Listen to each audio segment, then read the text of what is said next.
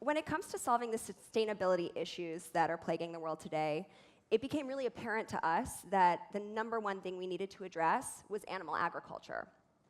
I think many of us have seen the statistic that the majority of the world's greenhouse gases are generated from animal agriculture, that is the meat, dairy, and egg producing industries, and more than transportation industries combined. So I took a plane here, I took a car from the airport. I could stop using any form of transportation and it would still have less of an impact on the environment than if I just stopped eating meat, dairy, and eggs. It's kind of a big deal, right? I think a lot of people lose that, forget that, but when it comes to solutions and to impact investing, it was apparent that we needed products that tasted better than their animal product alternatives, but that came from plants. So for us, we were focused specifically on the future of food, in particular the future of protein, so that we could get animals out of the supply chain where we don't need them, they don't belong, and they're contributing so tremendously and seriously and gravely to the destruction of our planet. So that's where we focus at Baleine and Bjorn Capital. All right, thank you, Liz. Yeah. Chris, let's hear it. What's your story? Yeah, so I got into this space because I was just a hungry guy who wanted to eat some food. And I was working on long-term sustainable behavioral change for one person, and it was me. I was on the wrong side of history on everything, by the way. And luckily, my most trusted advisor, who is now my wife, is on the right side of history. So I really was on the wrong side of every social cause that there was out there. Back when I was 33, that shifted, and it was because one person came along and said, I think it's time maybe you look at the world a little bit differently and start asking some questions. When you start asking questions about food, the most base thing that you kind of do every single day, and you realize how much manipulation goes on with food, you realize, wow, this is some dirty business, and it's probably time to pulling some of those layers back. So I was really focusing on changing my own behavior. I really wanted a grilled cheese sandwich. I'd gone now for a couple months without a grilled cheese sandwich. It ended up being a couple of years. Here it might have been a croque monsieur. I don't know. And you being from Philly means it was a Philly cheesesteak. There was a Philly cheesesteak involved, for sure. But I really wanted something. So I don't know if you guys know this. So I've been vegan now for coming up on 16 years. I don't know that most people understand what vegans eat. Like the biggest thing that vegans eat, a lot of people think it might be soy or vegetables. The one thing that is in everything we eat is just a little bit of disappointment. Just a little bit. So anytime you have a little bit of disappointment involved in every single bite, your ability for long-term sustainable behavioral change is compromised. So when I started the reason I got into the investment space is because I actually wanted to start changing that. I said, look, I'm not a lawyer or a nutritionist or anything like that, but I do know investments. So what can I do to invest in this space? I knew nothing about the food space, but I really wanted a grilled cheese sandwich. And so that's how I started. I bulldozed my way in just to try to get some good food. I'm a comfort food junkie. Still am, thankfully. Also on the right side of history is my wife, who tries to keep me on track there. But I really do like this. I love food. I think about food all the time. We all do. I urge you to all go out into the woods without any provisions for about 2 days. You will think about nothing but food. So as a society, we spend most of our time, at least with food on the back of our mind. So when we're looking at investments in this space, I try to look at what are the triggers, what are the things that are stopping people from adopting this type of change. And I just thought, well, I'm going to start with cheese, and then I'm going to go over to chicken, and then I'm going to go over to beef and crumbles and everything else that I can do. And we ended up creating a portfolio around this of really innovative companies that have really been leading this way. What we were surprised about and got caught off guard with is that the consumers' behavioral shifted faster than we were ever believed would happen. A lot of that has to do with social media, has to do with awareness, has to do with kind of an understanding of what we put into our bodies, and it's something that we are able to use as a tool to actually create investment opportunities in this space with the ultimate objective of getting people to eat a little bit better, thinking about their impact in the world, what they can do, but also actually enjoy your food. And so that's really our investment thesis, is what can we do to invest in a space that's kind of not being paid attention to, and look for underserved markets, and their underserved markets are all around the globe. Yeah. Anywhere you go, it's a dry sponge right now waiting for these investments. So that's what we focus on. So I can go on a monologue. Just rein me in if that happens. So. I could listen to you talk all day, man. Oh. So That's really it's a love sweet. fest up here. I apologize. We've met. Yeah, We've met. We've met. So Liz, tell me, from your perch, you're looking at lots of companies all the time. What are the things that a company has to possess, outside of the obvious, given the core sort of tenets of what you're investing around, that make an investment interesting, and explain it in a way that might be helpful for the audience, should anybody in the audience be thinking about possibly launching a company directly into sustainable food? Sure, yeah. So Chris, I think, touched on it.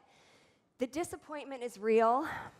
Plant-based alternatives to animal products are not necessarily always hitting the mark when it comes to taste and experience. How many of you have had a veggie burger?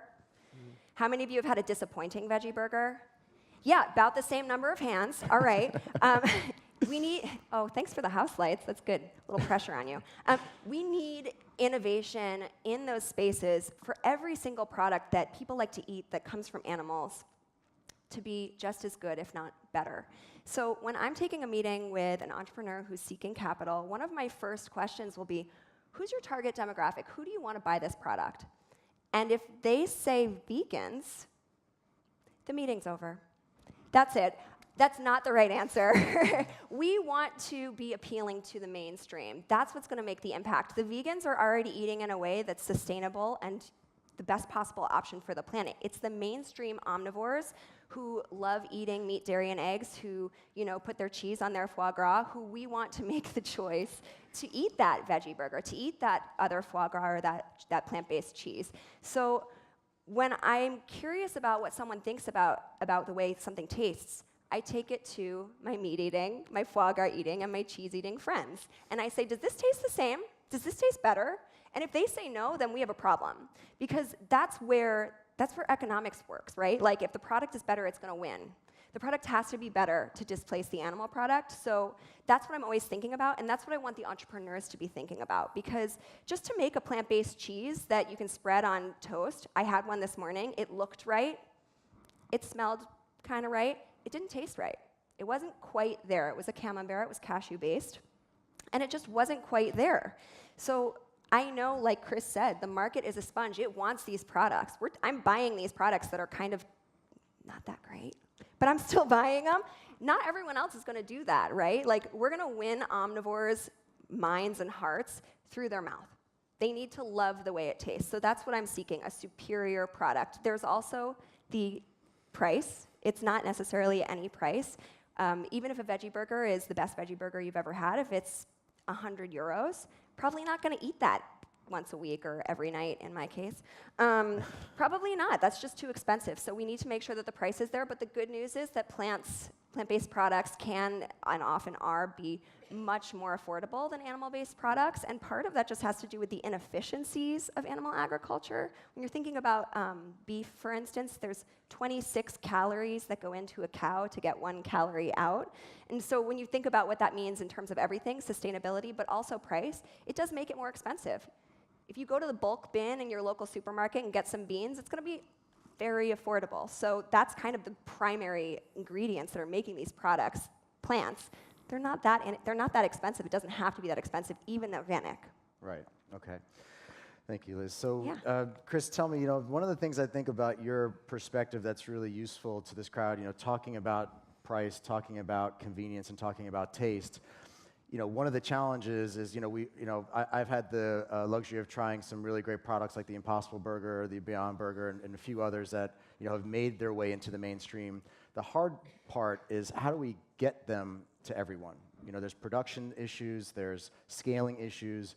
From your perch, serving as an investor and as really a mentor to a lot of companies in this space and having connections with the Carrefours and the Danones and the Tescos, what's, in your opinion, like, where are we headed with regards to actually getting these products to people in a way that just isn't happening now, where it's going to be easier for us to slide that veggie burger in once a week or twice a week or whatever it is, where we don't have to, walk 40 minutes, across Paris to find it, kind of thing?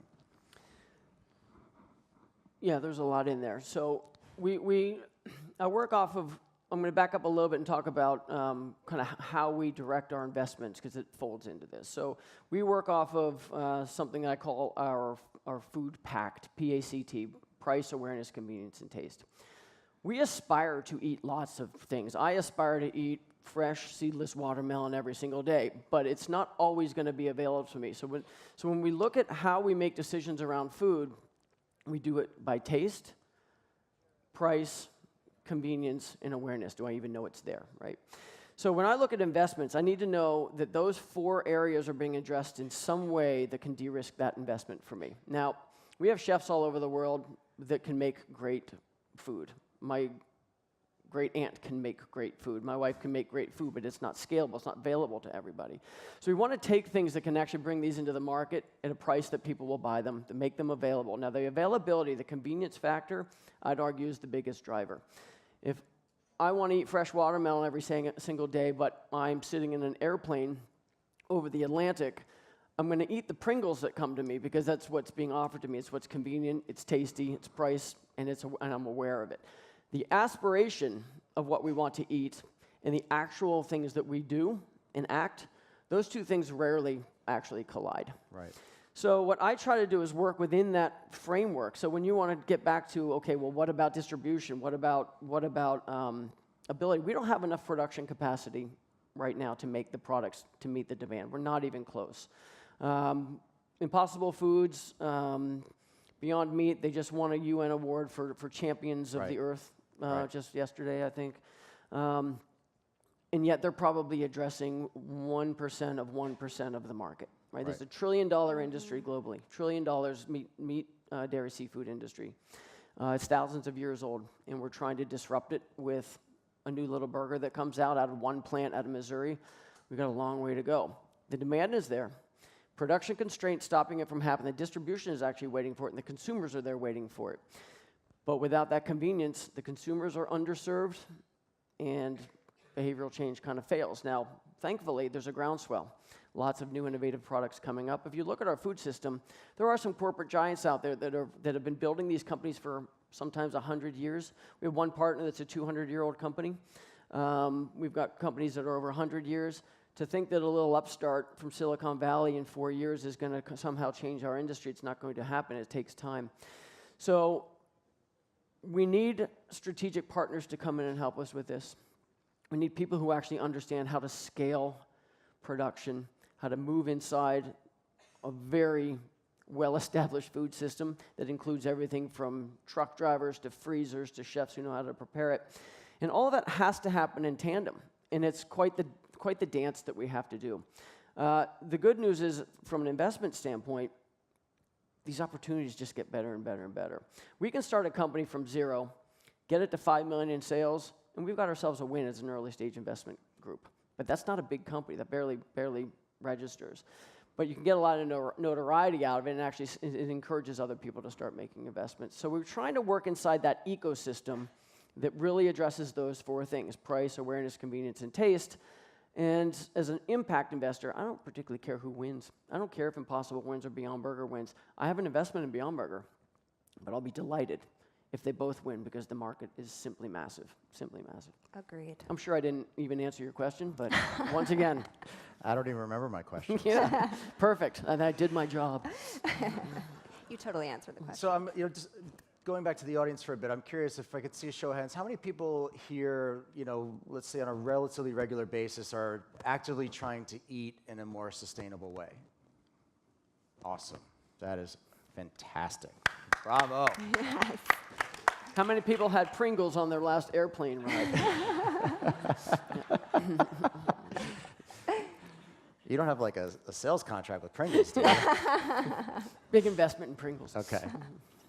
And just one more question before we get back into it. How many of you have found that course to be challenging on a day-to-day basis where you want to eat better, but you can't actually find things either that taste good, that are affordable, or that are convenient?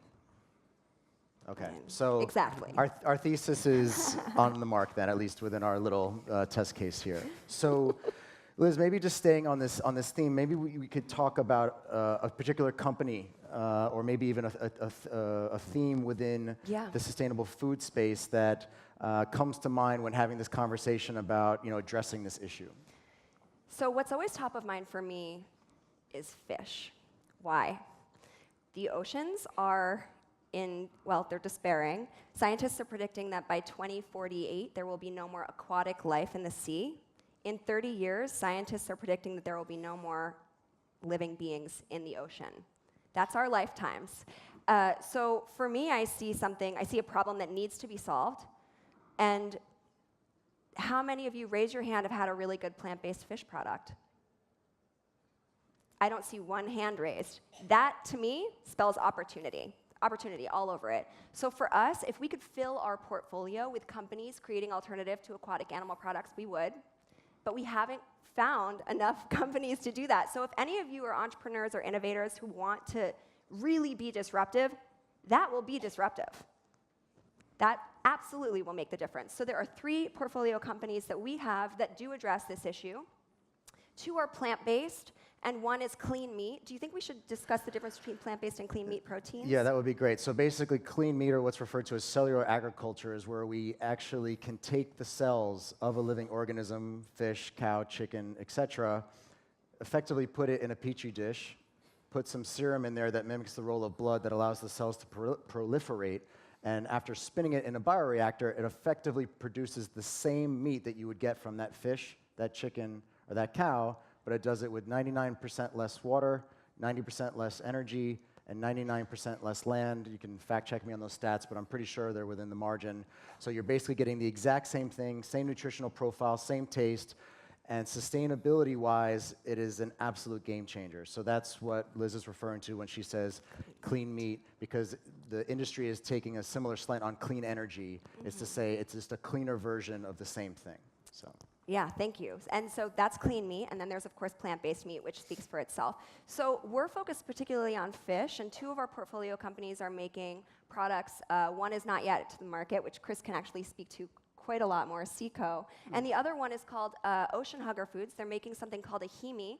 It is, tastes like tuna sushi, but it's made from tomatoes. They partnered with a Michelin-starred chef, and they use this proprietary process and blend of flavors to actually get something that looks and tastes like tuna without any of the environmental devastation that's inherent in modern fishing practices today.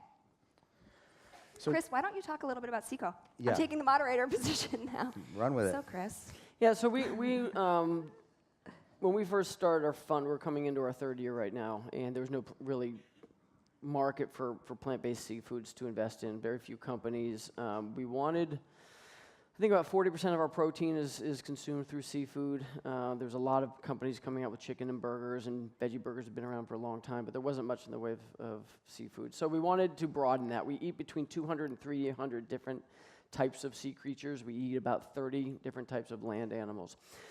So we wanted a space where culinary arts could actually play a role in helping to create, just think about all the things that you can do with all these different types of sea creatures. Well, each one of those is a market opportunity somewhere in the globe.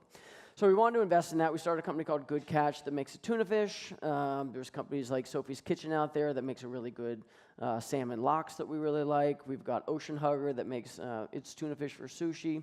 Working on a company that's making shrimp, and there's a long, long way to go. So we really like that space a whole lot. One of the things that I'm most interested in is actually low-tech food. Food tech has a big buzz right now. It's getting a lot of capital, but I actually believe that it's the low-tech stuff that's going to win the day. The things that we can do with mushrooms, you can blend them into all sorts of different foods, but you can make them really, really meaty, and you don't have to be a rocket scientist to bring them to market. They can be scaled. You can go center of plate. We do have a problem with protein. We're getting way, way, way too much of it. And so this idea that everything has to be around protein just doesn't really exist, but for some very desperate countries in the world, we're all getting way too much protein. So what I like to do is to dial back the protein intake and actually use culinary arts to give us just really, really good food. And we can do that with things like mushrooms, low tech, turn them into center of plate dishes, and keep people really, really happy. And so I'm actually trying to focus more on the low tech stuff. You can bring those companies to market much quicker. Yeah. The farming system is already scaled for it. Distribution is there waiting, and again, it allows chefs to shine. And if chefs can shine, generally they tend to grab the spotlight and hang on to it, and we like that. We like that. It's like putting an artist in front and center to show your work, and we actually think that that's something that could be exploited a lot more than it is. So, I think it would be good to pause for a moment, because when I first started learning about food and sustainability, I was generally aware that meat was not sustainable. But in my mind, I thought seafood was not a problem.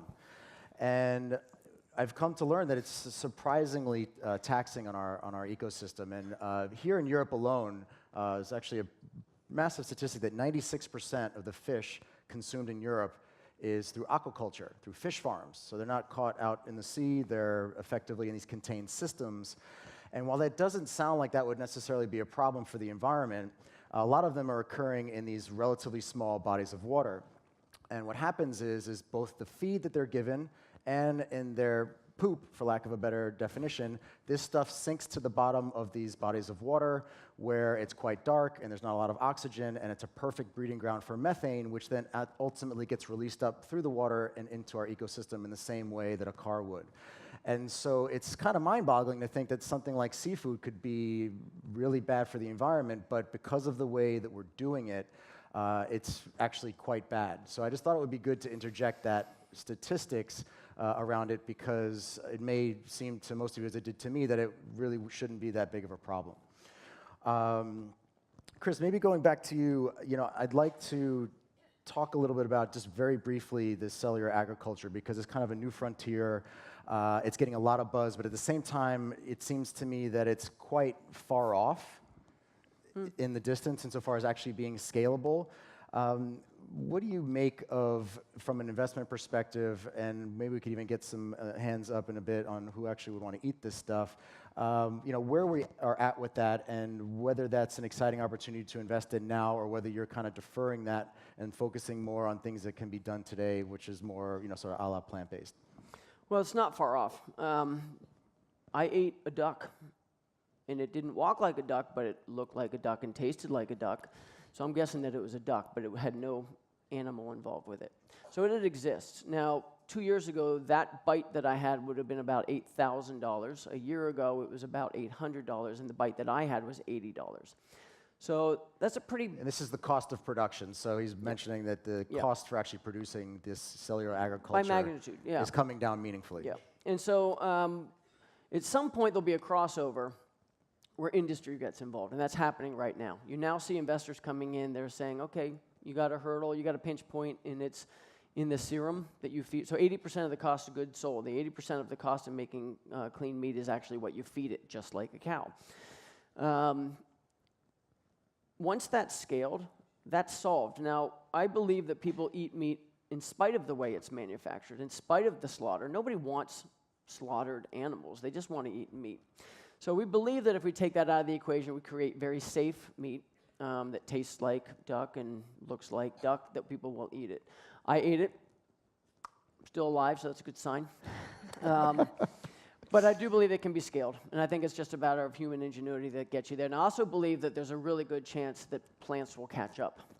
If you go back 4 years ago, the Impossible Burger and the Beyond Burger didn't exist, and they've changed the landscape on the burger space, and there's a lot more to do there. Give us another decade, we'll be there, and there's a good chance that these two industries will meet somewhere in the middle, where things like cellular agriculture will be blended with plants and mushrooms and everything else that will end up creating the mouthfeel and the taste that we're looking for as consumers. Once that's there, it's a pretty clear horizon from after that. The impact for not challenging this space, I believe, is going to be catastrophic. I think we don't have a choice but to do it. So the idea that we're not putting efforts into this would be really unfortunate, and I think the fact that anybody is willing to do it right now and to check the status quo is going to be worthwhile. The direction that we've been heading in since World War II is absolutely catastrophic, and the idea environmentally. Environmentally speaking, yeah. And I would add, animal welfare and everything else has been catastrophic. Anytime you try to squeeze an industry and squeeze every ounce of profit out of that industry, someone is suffering. It's either going to be human suffering, it's going to be animal suffering, it's going to be the environment. The repercussions of that, the collateral damage of that system is crippling us. And so we're kicking the can, we're getting diabetes and heart disease, we're degrading our land, we're losing aquifers. Everybody is suffering just a little bit just for the taste that you want in your mouth for a very short period of time. So the idea that we can blend some of this innovation, I think, is going to be what gets us there. All right, well, that's our time. Everybody, thank you. Please give them a nice round of applause. Thank you.